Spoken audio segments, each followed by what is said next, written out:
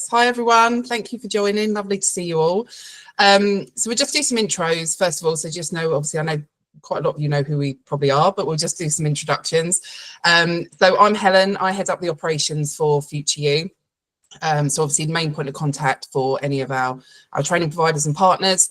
And I oversee just making sure that everything's running smoothly for you guys, for the learners, and obviously in terms of us as a team as well.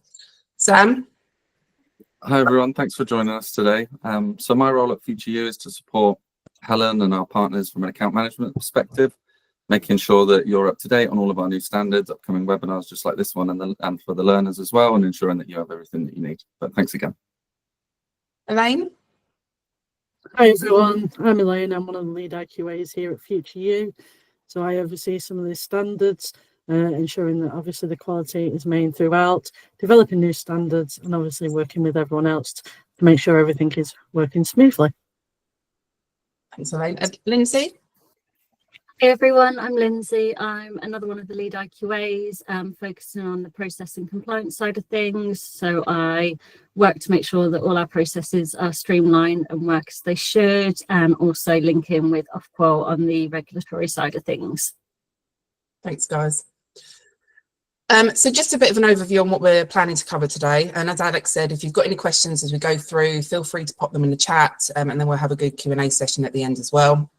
So obviously quite a lot of you know who we are, but we'll just do a bit of an overview on us.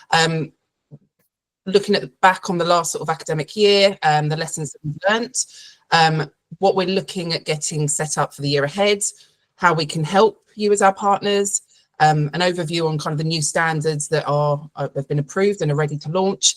Elaine's going to do a piece around sort of the proposed reforms to the apprenticeship assessment, and obviously a Q&A session at the end. Sam, anything that you wanted to add to that?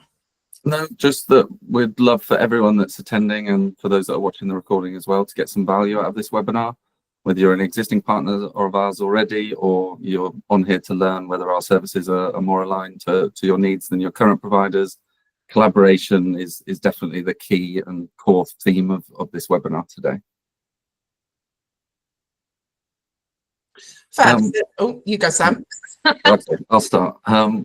I think one thing I just wanted to note right at the start was, as we continue to grow our partnerships and our standards provision, as you can see, we're up to 12 apprenticeship standards at the moment. The most important thing for us is that we don't lose our level of service, and your communication and your feedback has been so important to everything that we do. You'll never just be a number working with FuturU. So that would be just a note from me to start with. Yeah, and I think it's really important, you know, for some of our training providers here, we've worked with you for a long time, and I echo exactly what Sam says. You know, we are looking to scale, but we do that according to our training partners. So we will listen to your needs, what areas that you would like us to develop in, and we'll look to take on those standards to make sure that we're aligned with your scalability as well. Alex, if you're all right to move on to the next slide. So this slide is our lessons from the last year, and really through many of our partners that are on this webinar, we were actually able to more than triple the amount of learners that we were able to support in 24-25. So first of all, we wanted to thank you all for your continued trust in us. We've been able to highlight some of the key success factors on the left, which has contributed to the data successes on the right, regarding our achievement data, our results turnaround time, our reset numbers as well. And what we'll also be able to do for you moving forward, and what we'll do in our upcoming success meetings, which we have with you when we sit down on an individual basis, is present dashboards to you as well on all of your individual organization data points, which is going to help us in identifying trends, improve our early intervention, and further improve our EPA performance as well. And I think just some of the points to highlight on the left is really things that we've implemented over the last year that I think are really showing success. So looking at this sort of early intervention, whether that be that our quality team are meeting with your quality teams to make sure that we're all aligned on expectations. We've certainly seen that those sort of meetings and the resources that have been provided, the recent guides that have been put together that I know quite a lot of you have downloaded. You know, we're going to be monitoring the results of those and seeing that we are seeing improved pass rates based off of the work that's happening there. We've always had opportunities to provide sort of mocks and practice tests, but certainly the feedback that we get from learners is that these are really helping to kind of boost their confidence, and therefore are really helping to have the outcome within their performance as well. And something that we implemented over the last few quarters is the ACE in Your EPA webinar. We've had really good turnout to that, and I know Alex has shared it, but we've had some great feedback off the back of that as well. And that has really helped, I think, from a learner perspective, understanding what the EPA process is, and in turn has really kind of reduced, I think, that anxiety leading up to it. And like Sam said, you know, that collaboration is really crucial for us. We want to hear your feedback. We want to know areas that we can improve and develop, because that's only going to kind of improve overall results for all of us involved.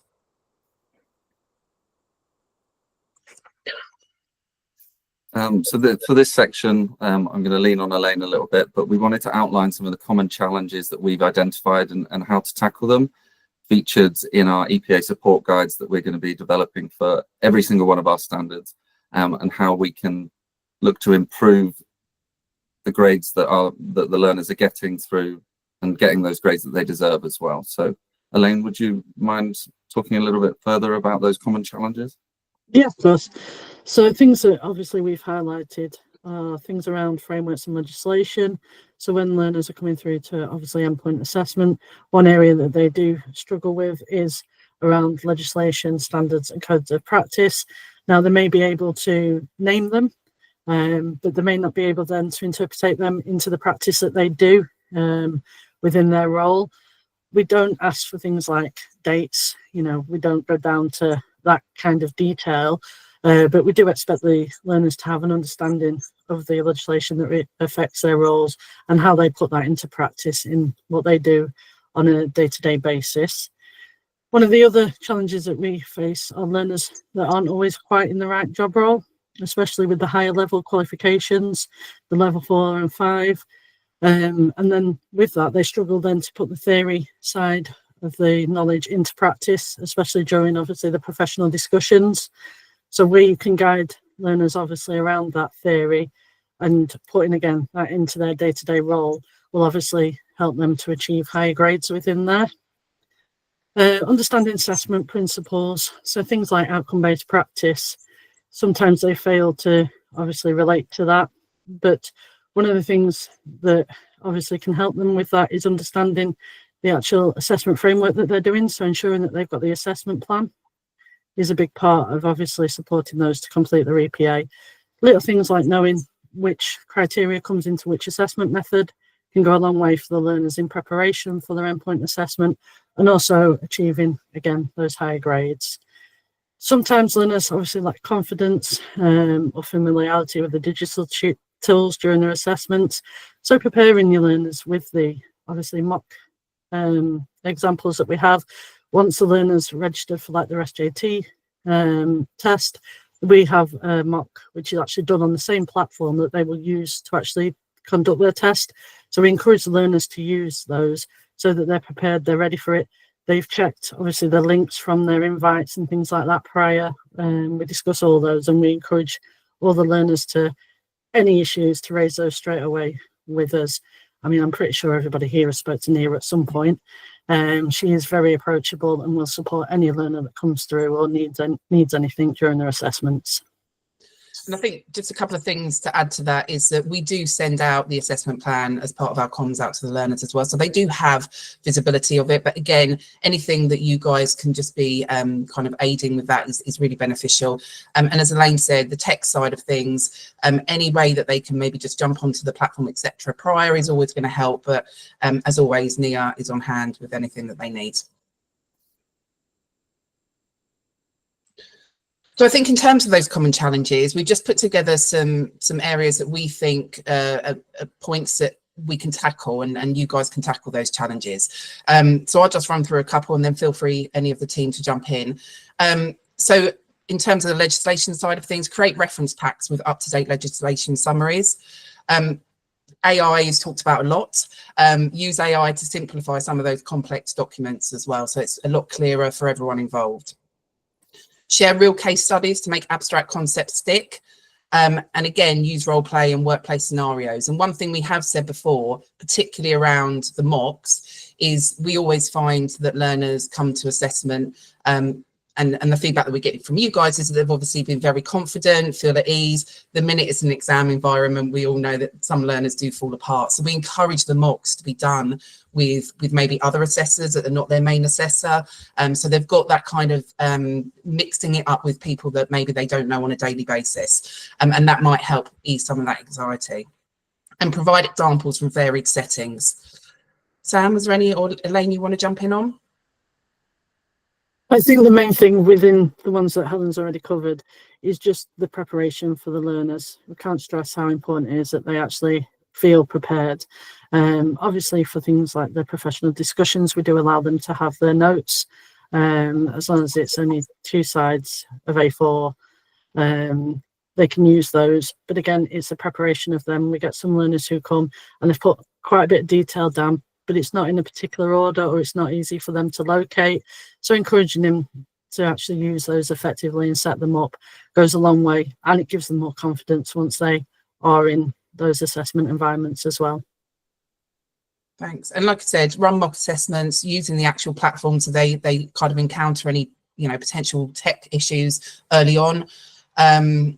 Arrange job shadowing or workplace exposure where possible. Use detailed simulations and case studies.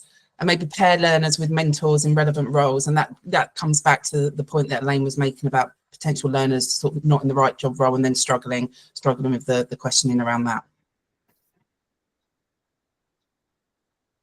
So one thing we get asked a lot, especially when we do the webinars with the learners, is around achieving high grades. How do they get from a pass to a merit to distinction? Obviously, depending on what grading is in the actual assessments they're doing.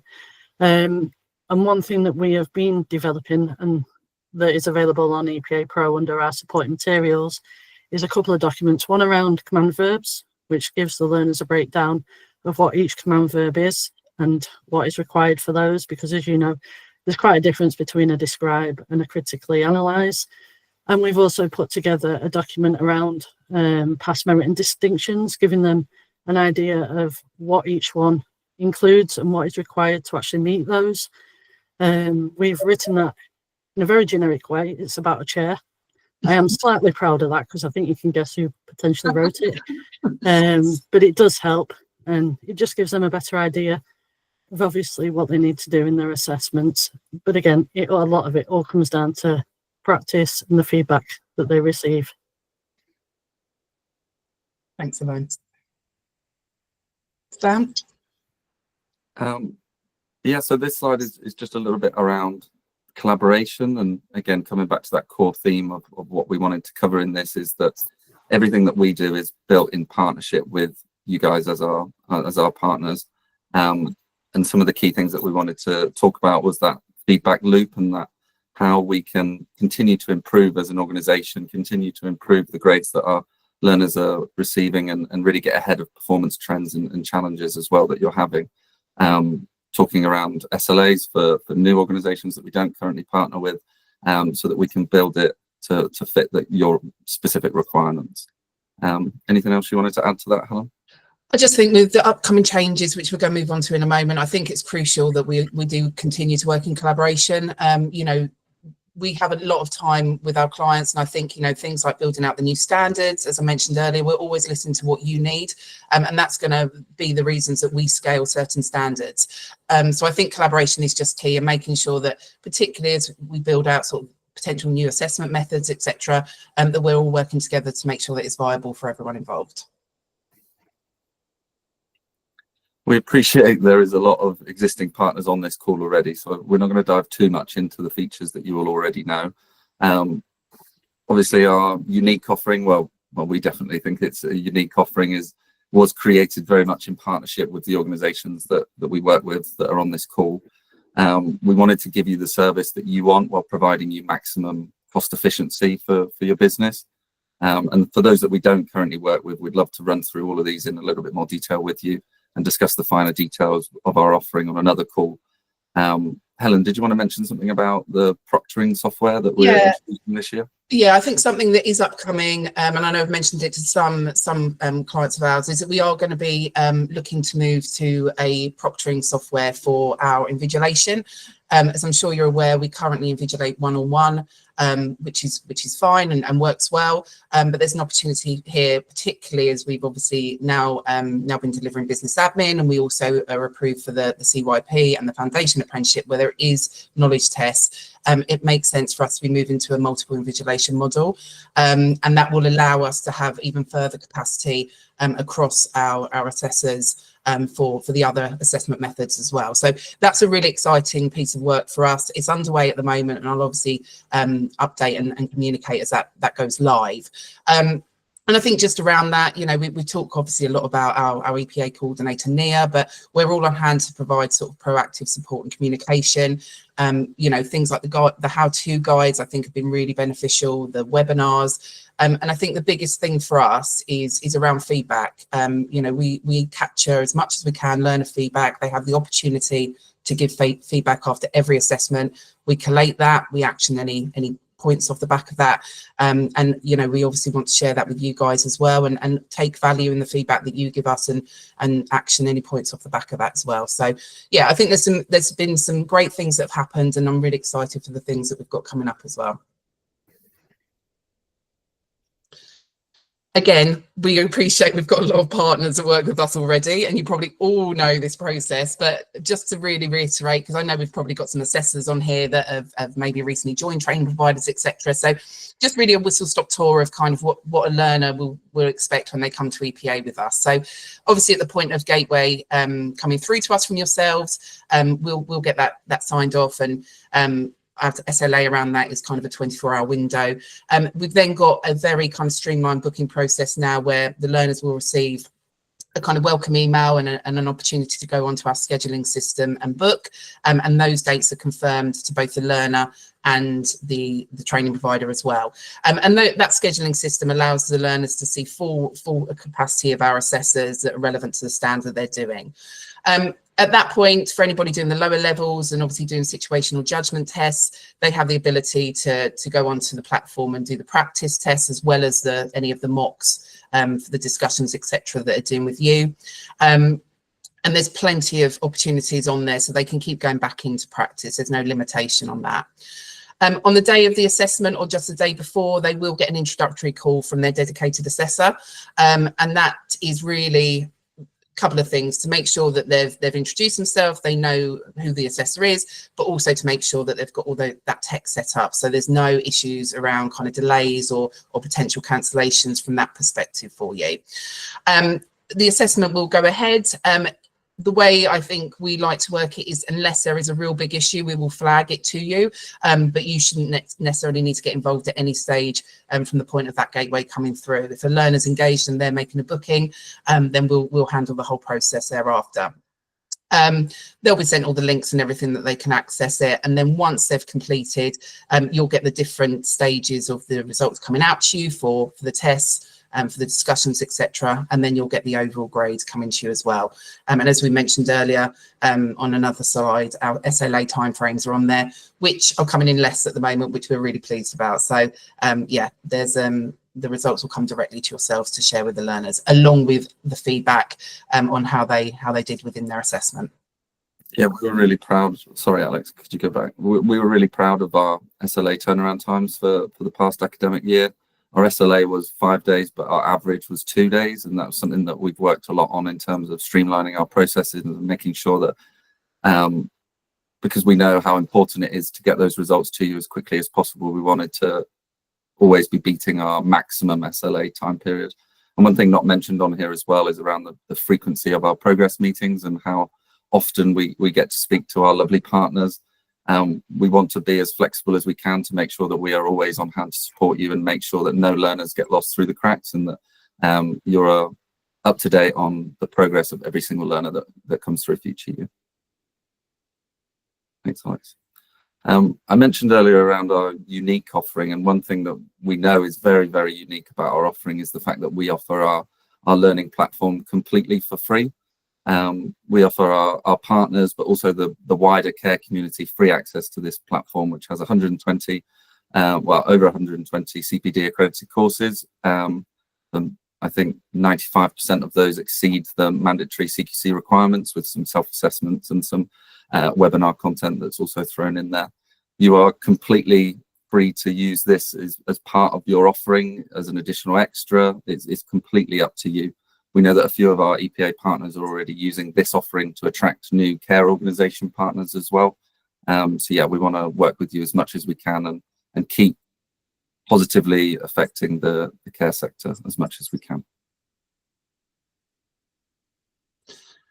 And I think we just added some snapshots here from kind of feedback from some of our clients. And as I mentioned earlier, we capture learner feedback on a regular basis. So we collate that monthly and then review that as a team.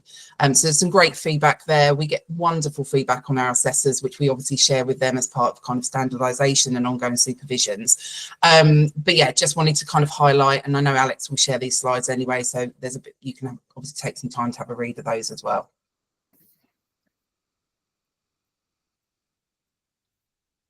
So here are our latest additions. Obviously, in 24-25 we added in ops manager, ODM, team leader, business admin as well, and these are our latest additions for this new academic year.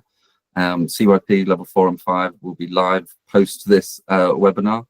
We've included the pricing there, and then we've got safeguarding support officer, which will be launching in January, and we'll provide pricing to all of our partners that are interested in working with us on this standard. And then we've got the foundation care apprenticeship that we'll be launching the pilot for in 2026. If there is any other standards that you would like us to be adding, we're really, really keen to hear what areas you are identifying as key business areas that you would like to partner with us on.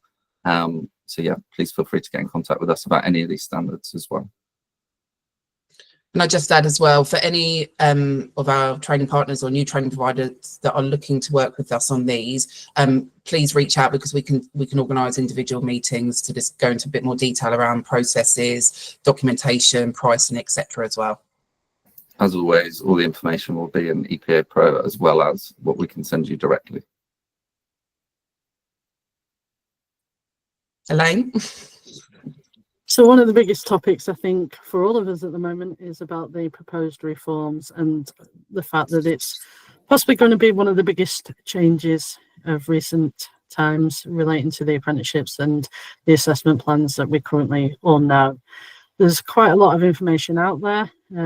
I've been on quite a few meetings, and the information that I can give you today is from a recent meeting that I attended last week, and the Department for Education were present, and also Skills England. But as you can appreciate, there were certain things that they couldn't answer. There was a lot of questions, and there were still things, obviously, that they hadn't set in stone.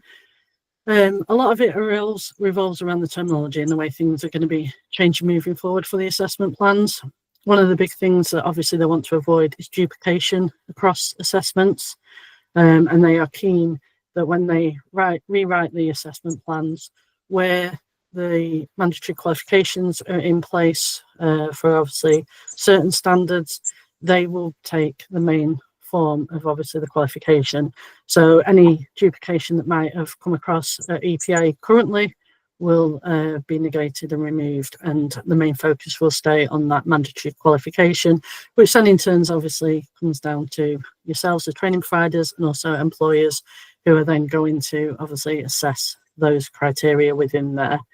The one thing that we want to make sure that we do within this is obviously be flexible within obviously our delivery, and that also links into obviously what you'll be doing in your delivery as well, working with obviously the employers to ensure that the learners are getting obviously the value of learning and quality of assessment that they require. The main thing for the employers is that they will take a greater role in certain parts of it, especially around skills and behaviours.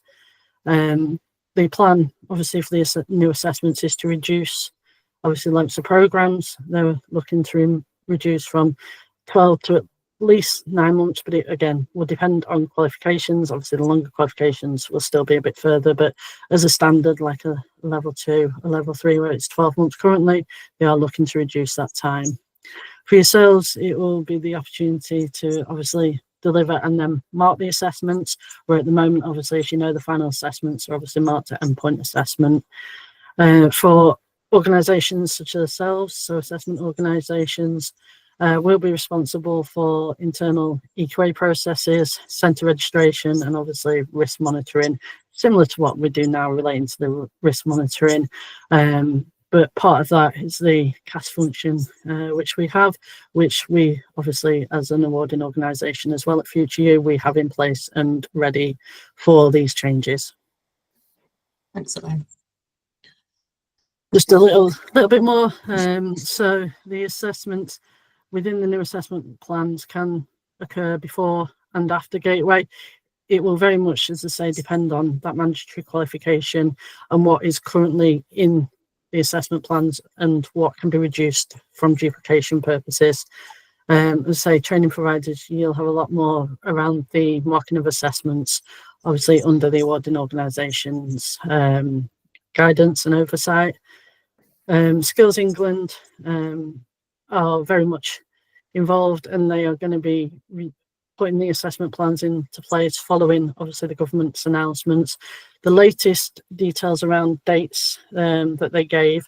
So the first 5 standards that they are working on, they are hoping to be able to publish the new assessment plans October.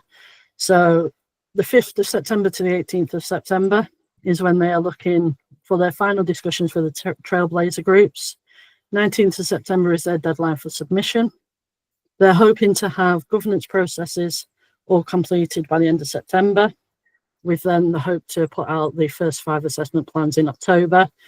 The Department for Education have also decided that they are going to complete what they're calling a companion document, which will run alongside each new assessment plan, which should give more details and clarity into the actual new assessment plans for learners, employers, training providers, and obviously ourselves as well within there. What we want to make sure we do is that we are flexible within our approach to that, but obviously until the new assessment plans are actually there and we can see them, what that will look like at the moment, not 100% sure.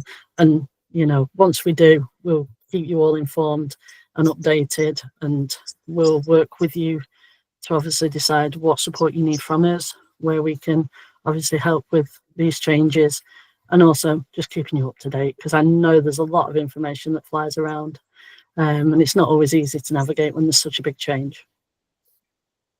Collaboration is so key during this time period, and I think these changes are really daunting, but it does really give us the opportunity to further develop our services to fit in with your needs in line with all of these changes as well. Definitely. And just on this slide, it's got a bit of the information around the strategy principles that are obviously going to be in effect within the new assessment plans, assessment methods that may be used. Obviously, we're all fairly familiar with most of those, but there will be changes, as I say, because of the duplication and things like that, and a lot more flexibility in these assessment plans. It's not going to be as rigid as the assessment plans as we know it now.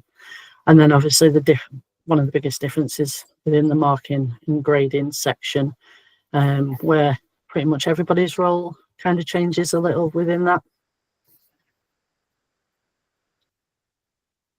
Thank you. Thank you all for your time. Obviously, we've taken you on a bit of a whistle-stop tour there, but do you have any questions at all? We'll open it up to everybody, and hopefully the team can answer anything that you may have.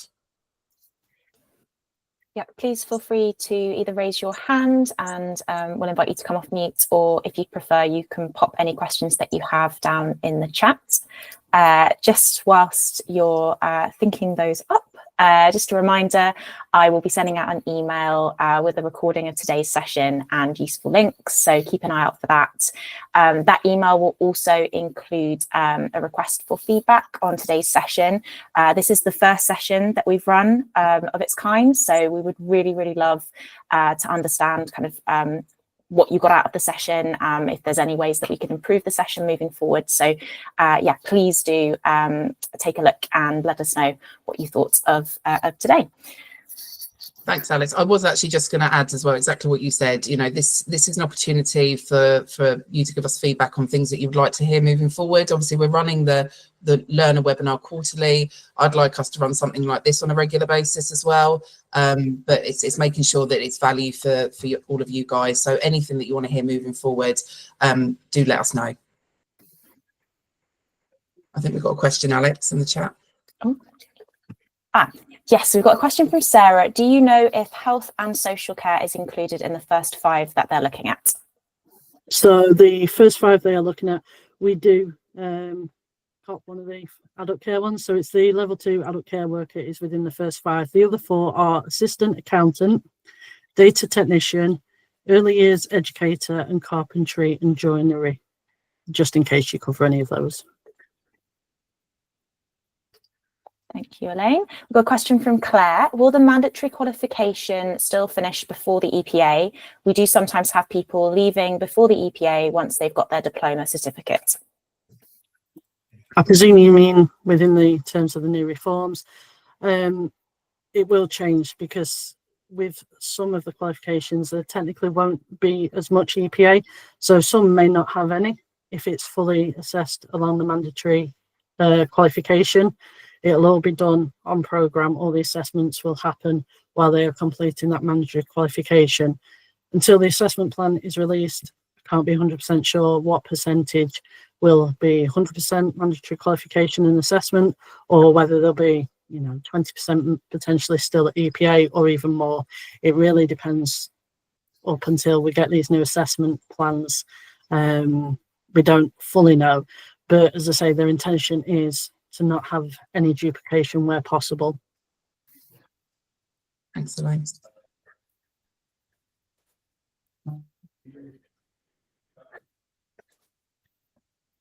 Any other questions?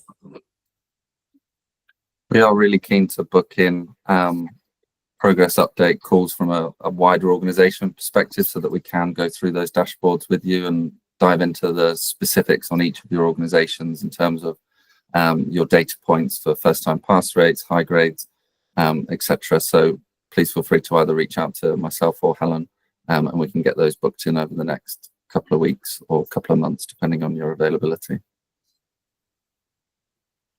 We have a question from Tracy. Where do you obtain the resources from for CPD? Helen, did you want to answer that, or shall I? Tracy, is that in relation to the online content platform? Yeah, Sam, are you happy to answer? Yeah, so we have our own in-house content team that will develop our courses, and then with the help of subject matter experts and multiple levels of verification and multiple drafts, then before it gets sent off to get those CPD accredited. Our content team are developing around 4 courses per month at the moment, so we're really trying to build out our course catalogue based on what our providers and what our clients want us to be delivering. We're looking at a number of children's course content at the moment. We're developing out that section. So yeah, it's really exciting times on the platform at the moment. Thank you, Sam. We have a question from Lisa. Are there any plans to review the SJT exam, particularly for CYP level 5? Do you want me to take this one? Elaine? So currently with the CYP, obviously, as you know, the actual situational judgment test is essay style questions. Until that assessment plan is obviously rewritten, we will obviously still work within the guidelines of the new assessment plan. CYP is obviously one of our newer provisions. So the mock materials and obviously the actual assessment materials for that are new and fresh for us. Obviously, once learners do start completing those assessments, we'll be open to feedback from yourselves, from the learners around the mocks and the assessments that they complete, and we can review those as an ongoing basis like we do for the SJTs, for the level 2 and level 3 in health and social care. I was just going to add to that as well. So exactly what Elaine says. So just to give you some examples, when we launched Team Leader ODM last year, we obviously got everything together, worked with a training provider on that, but also seek feedback. So yes, it's a new standard to us, but not everything is set in stone in terms of our documentation, etc. So we will work with you as our partners to make sure that it's flexible, it's easy to use for you. So if any of you are looking to work with us on CYP, please do reach out, because we can link you in with myself, Sam, and our quality manager, just to make sure everyone's aligned on kind of what we've already got set up. Fantastic. Thank you. We have a question from Sarah. Where can I find the example mock tests and discussions, please? So everything is held within EPA Pro. We've got a section on there, Sarah, called supporting materials. So everything is held in there. If there's anything in addition to that that you require, or it's not exactly what you were looking for, do let us know. Lindsay, I don't know if you want to embellish a bit more what's held in there as well. Yeah, of course. So within the support materials section, there is a section for how-to guides, supporting materials and gateway documents. So you're able to filter by those 3 subheadings and also by standard to find what you're looking for. There's a variety of mock tests, for example, for business admin and the level 2 and level 3 adult care. There's mock situational judgment knowledge tests. There's also a number of documents containing agendas for the PDs, for the various standards we deliver, example questions. There's how-to guides for learners, some around how to access our systems, some a bit more specific about how to approach your EPA, prepare for your EPA, and as well as it houses all the gateway documents for each standard we deliver as well. Sorry, Claire, I know you've got your hand up. I just wanted to quickly add in that we want to, again, work in partnership with you to add resources that you want as well. We're very, very keen on that feedback loop of, if you let us know of a particular area that you want us to add value for and add detail to, please let us know, because we want to make sure that all learners are getting everything that they can out of it. Sorry, Claire, you go now. Yeah, so a couple of things really. Firstly, I just wanted to echo what Helen said about working really closely with your training providers. And I know last year we migrated over some of our provision onto the team leader and the ODM, and just really excellent feedback with regards to how you guys worked with us, and where we had questions on the documents, you were really open to suggestions to change and to meet our needs as well. So I just really wanted to vouch for what you said, Helen, really, that you really have worked with us. And also, Elaine, I know we're currently in the process of working together with the new foundation apprenticeships, and you're really key in that with us as well, to helping us to build our delivery around what you need as well. So the experience that we've had with you guys has been excellent all the way through. So thank you for that. Thanks. And just a question on the CPD library. Is that accessible for tutors as well as for learners? Because I'm thinking like some of our tutors may need to kind of brush up on some of their industry specific CPD. As a training provider, we give them CPD on a number of things, but actually it could be useful for some of our assessors. So I don't know if that's something that we can access, or whether it's just the learners. No, absolutely. Anybody can log on to FuturU and complete as many courses as they want. One thing that we can also do, if you have your own internal LMS system that you want all assessors to keep using, we can use SCORM files to make sure that our content can live on your specific platforms as well. So yeah, there's maximum flexibility around who uses it and what they get out of it, for sure.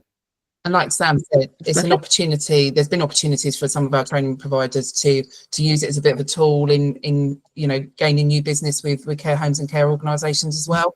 We work with a number of care organisations on the platform who use it as obviously a tool to monitor the completion of their staff manager training. So it's certainly something that we're happy for you to share with your clients. If that helps from a kind of business development perspective for you guys.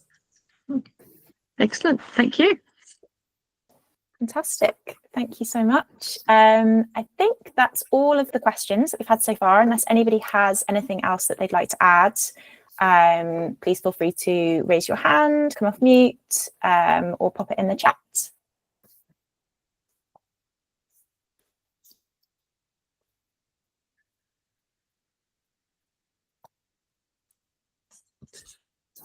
Or we've got Sarah. Thank you. Thank you, Sarah. Glad you found the session useful.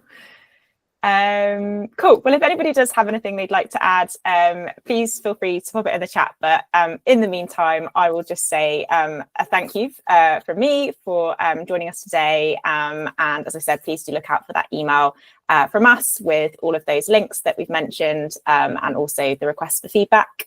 And I'll hand back over to you, Helen, maybe for final words. Yeah, I just echo that. Thank you so much for joining. You know, like we said, this is a new session to us. It's something that we're really keen to run on a regular basis, but we want to make sure that it's bringing what you need. So do give us feedback. And like we've said, anybody that wants to reach out, existing or non-existing training providers, to just have a chat about new standards or to talk about working in partnership on anything, do get in touch with myself or Sam, and we'll get some time booked in. Thank you, everyone. Thanks all.